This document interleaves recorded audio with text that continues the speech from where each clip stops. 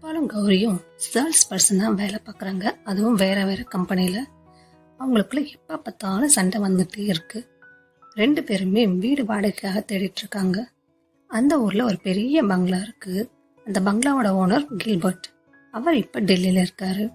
இப்போ அந்த வீட்டை நரசிம்ம நாயுடுவும் அவங்க ஒய்ஃப் மீராபாயும் பார்த்துட்டு இருக்காங்க. நாயுடு தெலுங்கு பேசுறவர், மீராபாய் கன்னடம் பேசுறவங்க. ரெண்டு பேரும் லவ் பண்ணி கல்யாணம் பண்ணிக்கிட்டாங்க. அந்த பங்களா 4 போர்ஷன் இருக்கு. மேல 2, கீழே 2. கீழே இருக்கிற ஒரு போர்ஷன்ல நாயுடுவும் அவர் ஒய்ஃப் மீராபாயும் தங்கிட்டு இருக்காங்க. நாயுடு இப்போ ஒரு கடன் பிரச்சனைல இருக்காரு. அவருக்கு பணம் தேவைப்படுது. இந்த சமயத்துலதான் கோபால் அங்க வராரு, வீடு வாடகைக்கு வேணும்னு சொல்லிட்டு. நாயுடுவும் கீழே இருக்க ஒரு போர்ஷனை கோபாலுக்கு வாடகைக்கு விட்டுடுறாரு. அட்வான்ஸ் பணத்தை வாங்கிடுறாரு. ஆனாலும் இன்னும் கொஞ்சம் அவருக்கு பணம் தேவைப்படுது. அப்போ கௌரியும் அங்க வராங்க, வீடு வாடகைக்கு வேணும்னு சொல்லிட்டு. அவங்க கிட்டே எப்படியோ ஏமாத்தி அதே போர்ஷனை வாடகைக்கு விட்டுடுறாங்க. இந்த விஷயம் கோபாலுக்கும் கௌரிக்கும் தெரிய வர நாயுடு கிட்ட போய் சண்டை போடுறாங்க. அவரும் அது இதுன்னு சொல்லி எப்படியோ சமாதானப்படுத்தி 2 பேரையும் அந்த போர்ஷன்ல தங்க வச்சிடுறாரு. அப்ப என்ன, கோபாலும் கௌரியும் அதே போர்ஷன்ல தங்கி இருக்காங்க. அவங்களுக்குள்ள இருக்கிற மோதல் கொஞ்சம் கொஞ்சமா காதலா மாறிடுது. கல்யாணமும் பண்ணிக்கிறாங்க. ஆபீஸ்ல இருக்க ஏதோ ஒரு பிரச்சனைனால 2 பேருமே ஒரே சமயத்துல வேலையை விட்டுடுறாங்க. அப்புறம் என்ன பண்றதுன்னே தெரியாம 2 பேரும் முடிச்சிட்டு இருக்காங்க. இது தெரிஞ்சுக்கிட்ட நாயுடு மீராவும் அவங்க கிட்ட இருக்கிற நகையை இவங்களுக்கு கொடுத்து பிசினஸ் ஸ்டார்ட் பண்ண ஹெல்ப் பண்றாங்க.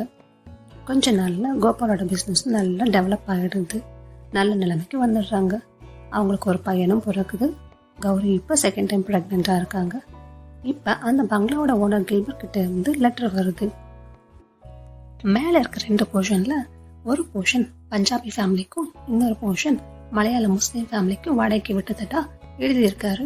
பஞ்சாப் ஃபேமிலியான பல்தேவ் சிங்கும் குலாபியும் வராங்க. அவங்களுக்கு ஒரு பெண் குழந்தையும் இருக்கு. ஆனா நாயுடுக்கு இந்த விஷயம் பிடிக்கல. அவளை இங்க இருந்து எப்படியாவது விரட்டணும்னு பிளான் பண்றாரு. கூட கோபாலையும் கூட்டு சேர்த்துக்கிறாரு.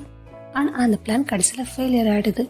அப்புறம் கொஞ்சம் கொஞ்சமா மனசு மாறி பஞ்சாப் ஃபேமிலியோட நல்லா பழக ஆரம்பிச்சிடுறாங்க. இப்ப மலையாள ஃபேமிலியான இப்ராஹிமும் ஜமீலாவும் வராங்க. அவங்க கிட்டயும் ஃபர்ஸ்ட் சரியா பேசாம இருக்காங்க. அப்புறம் போக போக எல்லாரும் நல்லா பழக ஆரம்பிச்சிடுறாங்க.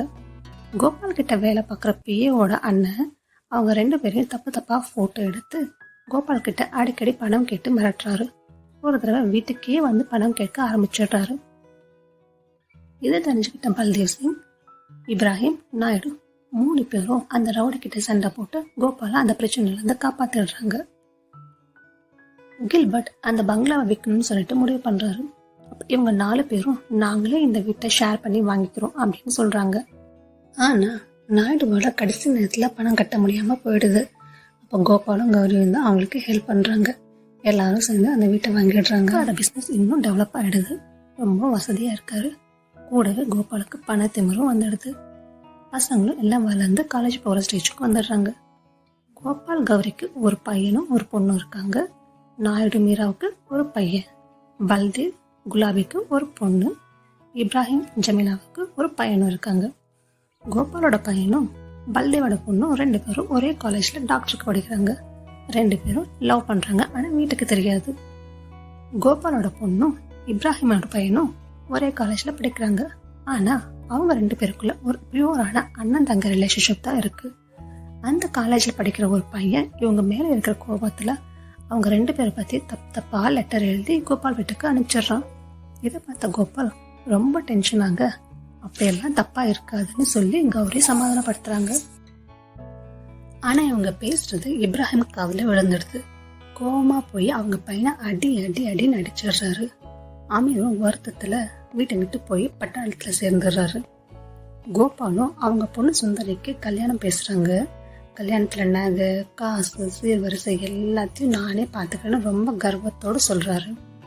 ஆனா திடீர்னு அவருக்கு பிசினஸ்ல பெரிய லாஸ் ஆயிடுது. கல்யாணத்தை எப்படி பண்றதுன்னு தெரியாம ரொம்ப கவலையோட இருக்காரு. பார்டர்ல சண்டை ஆரம்பிச்சு ரொம்ப தீவிரமா நடந்துட்டு இருக்கு. அப்ப அமீர் கிட்ட இருந்து சுந்தரிக்கு ஒரு லெட்டர் வருது. அதுல ராக்கியும் பணமும் இருக்கு. அந்த லெட்டர் படிச்சதும் கோபால் அவர் தப்ப உணர்ந்து ரொம்ப வருத்தப்படுறாரு. இப்ராஹிம் கிட்ட மன்னிப்பு கேட்கலான்னு அவங்க வீட்டுக்கு போறாரு. ஆனா அமர் இறந்துட்டதா டெலிகிராம் வந்திருக்குன்னு அழுதுட்டு இருக்காங்க. கோபாலும் தான் செஞ்ச தப்புக்கு மன்னிப்பு கேட்கிறாரு. கல்யாண ஏற்பாடெல்லாம் நடந்துட்டு இருக்கு. ஆனா கோபாலால பேசினபடி பணத்தை கொடுக்க முடியல. அதனால அவங்க சொந்தக்காரங்க அவங்கள அவமானப்படுத்துறாங்க. இதை பார்த்த இப்ராஹிம், நாயுடு, பல்தேவ் அவங்க கிட்ட இருக்கிற பணத்தை கொடுத்து ஹெல்ப் பண்றாங்க. கோபாலும் இப்படி பணத்தாசை பிடிச்ச வீட்டுக்கு என் பொண்ணை அனுப்ப மாட்டேன்னு சொல்றாரு. நாயுடு கிட்ட போய் உங்க பையனுக்கு என் பொண்ணை கல்யாணம் பண்ணி கொடுக்க சம்மதமா கேட்கிறாரு. நாயுடுவும் உங்க பையன் சங்கருக்கும் பல்தேவ் சிங் பொண்ணுக்கும் கல்யாணம் பண்ண சம்மதமான்னு கேட்கிறாரு. எல்லாருமே சம்மதம் சொல்ல 2 கல்யாணமும் ஜோரா நடக்குது. எல்லாரும் சந்தோஷமா ரொம்ப ஹாப்பியா ஒரே வீட்டுல இருக்காங்க. அவ்வளவுதான், கதை முடிஞ்சது.